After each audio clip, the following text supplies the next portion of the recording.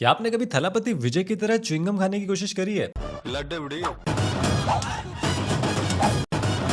या क्या आपने कभी खुद से क्रिश का मास्क बनाकर खुद को रोहित मेहरा की औलाद समझा है? या क्या आपने कबीर सिंह देखने के बाद में अपनी गर्लफ्रेंड के साथ में मारपीट शुरू करी? डब तो अगर आपने इनमें से कुछ भी किया है ना, तो इसे दूसरे शब्दों में कल्चरल इंपैक्ट कहा जाता है। कल्चरल इंपैक्ट का मतलब है कि कोई भी art form, B it film, TV, games, जब इन्फ्लुएंस करती है सोसाइटी की वैल्यूज को, बिलीव्स को, हैबिट्स को, तो उस इन्फ्लुएंस को कल्चरल इंपैक्ट कहा जाता है। अब ये इंपैक्ट ना न्यूट्रल, पॉजिटिव, नेगेटिव किसी भी तरीके का हो सकता है और कंप्लीटली ऑडियंस पे डिपेंड करता है कि वो किस तरीके से इन्फ्लुएंस होते हैं एक पर्टिकुलर आर्ट से। तो आज की इस वीडियो में डिस्कस करेंगे कैसे आप सिगरेट पीना, गुंडागर्दी करना और मिसोजिनी बड़े ही आराम से सीख सकते हो, वो भी सिनेमा से विद मनी बैक गारंटी। तो बिना किसी देरी के हीरोगिरी शुरू करते हैं। नहीं, हम लोग एक्चुअली में ये सब कुछ नहीं सीखने वाले। हम डिस्कस करेंगे कल्चरल इंपैक्ट क्या होता है, कैसे फिल्म्स कल्चरल इंपैक्ट करती हैं। इंडियन फिल्म्स, सबसे पहला है शेपिंग द सोसाइटी। तो देखो, बहुत सारी ऐसी फिल्म्स बन चुकी हैं और बनेंगी जो एक तरीके से आईना दिखाती हैं हमारी सोसाइटी को, इस देश की जनता को, कि एक्चुअली में इस देश में क्या चल रहा है और जो चल रहा है उसमें क्या सही है, क्या गलत है। मतलब एक तरीके से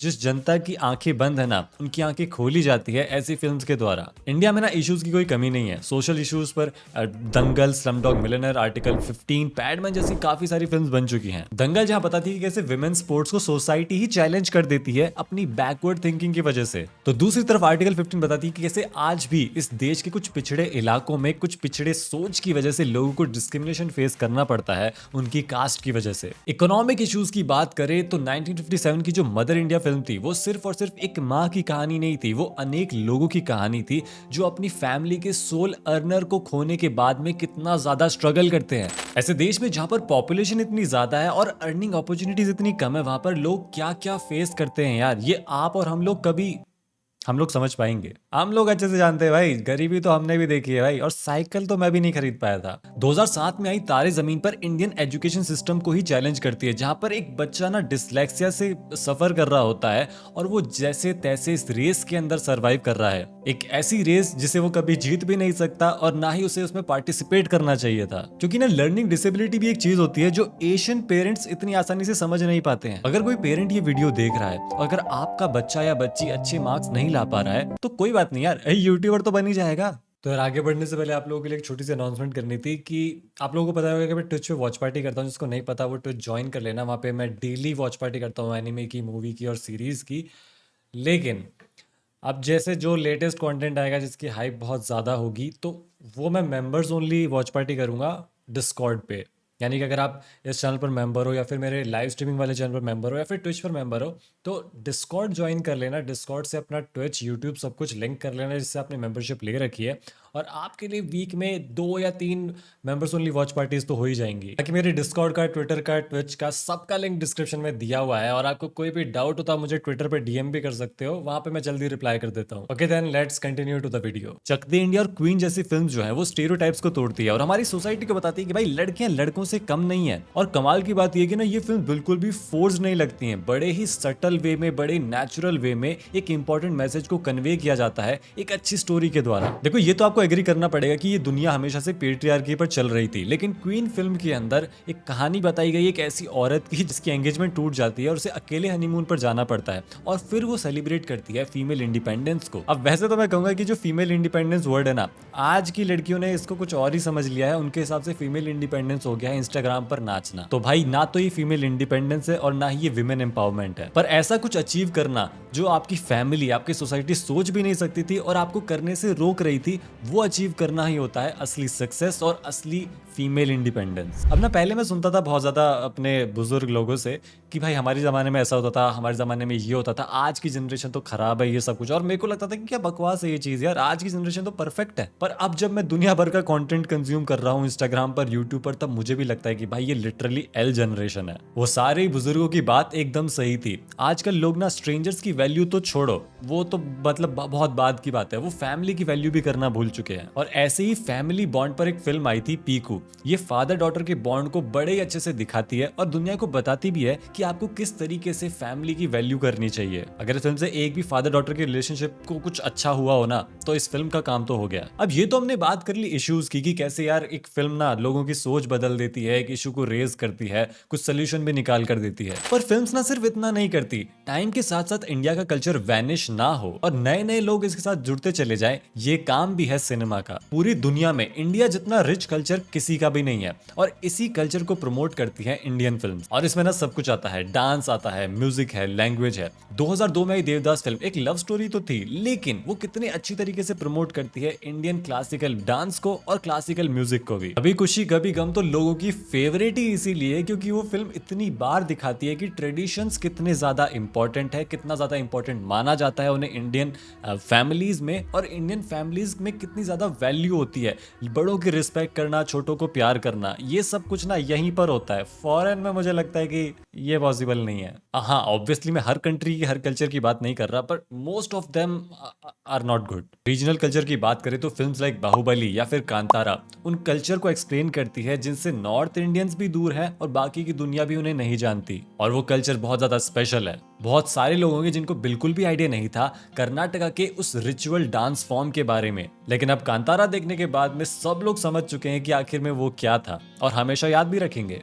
और अगर हम बात करें कि इंडियन कल्चर को ग्लोबलाइज किसने किया, तो दिमाग में एक नाम आता है RRR। मैं ऐसा बिल्कुल भी नहीं कह रहा हूं कि इसी फिल्म ने लोगों को इंडियन कल्चर के बारे में बताया, उससे पहले तो पता ही नहीं था। पर इस फिल्म ने इतनी ज्यादा पॉपुलैरिटी गेन करी कि पूरी दुनिया नाटू नाटू सॉन्ग पर डांस कर रही थी। ये ग्लोबली ट्रेंड करने लग गया था और लोग एंजॉय भी कर रहे थे यार। और साथ ही में लोगों ने ना फिल्म भी देखी और जाना कि क्यों फ्रीडम फाइटर्स इस कंट्री के लिए इतने ज्यादा इंपॉर्टेंट है और क्यों हमारे लिए वो सुपर हीरोज भी है। अब हॉलीवुड की फिल्म्स ना इंडिया को बड़ी अजीब तरीके से दिखाती है अपनी फिल्म्स के अंदर, थोड़ा स्टीरियोटाइप भी कर देते हैं। तो यहाँ की फिल्म्स को बताना पड़ता है कि why India is better than you think in most of the cases.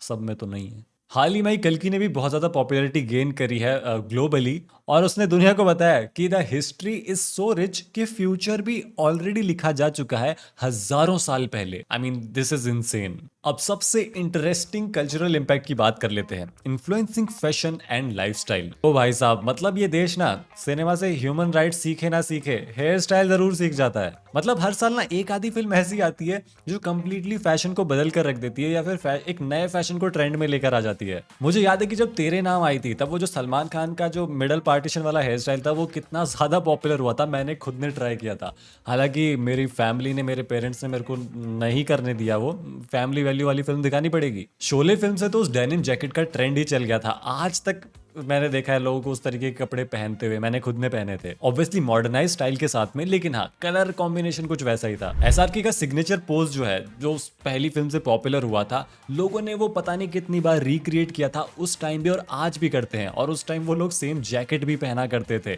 Shahrukh Khan जैसा दिखने के लिए। सारे जमीन पर फिल्म ना इंडियन एजुकेशन सिस्टम की डिसलेक्सिया की बात तो करती भी है, लेकिन साथ ही में ना उस फिल्म की वजह से बहुत सारे बच्चे, हर दूसरा बच्चा स्पाइक हेयर स्टाइल रखने लग गया था। मैंने भी ट्राई किया था। 1998 की फिल्म कुछ कुछ होता है में काजोल ने जो हेयर स्टाइल रखी थी ना, जो शॉर्ट हेयर थे, वो भी बहुत ज्यादा पॉपुलर हुए थे। अब मैंने तो नहीं रखे थे, लेकिन उस समय लड़कियां बहुत ज्यादा रख रही थी। आज शायद उतना अच्छा नहीं लगेगा। और जैसे कि अपनी कोई भी वीडियो KGF के एग्जांपल के बिना पूरी नहीं होती, तो आज भी KGF का एग्जांपल दे देता हूं। तो रॉकी भाई ने एक्चुअली में बहुत इंस्पायर किया है लोगों को बड़ी बियर्ड रखने के लिए, बड़े बाल रखने के लिए। KGF के आने के बाद से यूट्यूब पर पता नहीं कितने सारे ट्यूटोरियल आ चुके हैं कि कैसे आप रॉकी भाई जैसी बियर्ड रख सकते हो, आपको कैसे स्टाइल करना है वैसे हेयर्स को। देखा जाए तो 90s से लेकर अब तक ना क्लीन शेव वाला लुक ही चल रहा था, लेकिन जब से ये ट्रेंड चला है ना मास सिनेमा का 2018-19 के बाद से, तब से तो सब बियर्ड वाले के पीछे ही पड़ चुके हैं। अब देखो ये शायद से थोड़ा ना फैशन से अलग है, लेकिन 2004 की फिल्म धूम ने इंडिया में बाइक के क्रेज को एक्सपोनेंशियली बढ़ा दिया था। अगर मेरा एग्जांपल लूं तो उस समय बहुत छोटा था, मुझे बाइक्स में उतना ज्यादा भी इंटरेस्ट नहीं था, लेकिन धूम फिल्म देखने के बाद में ना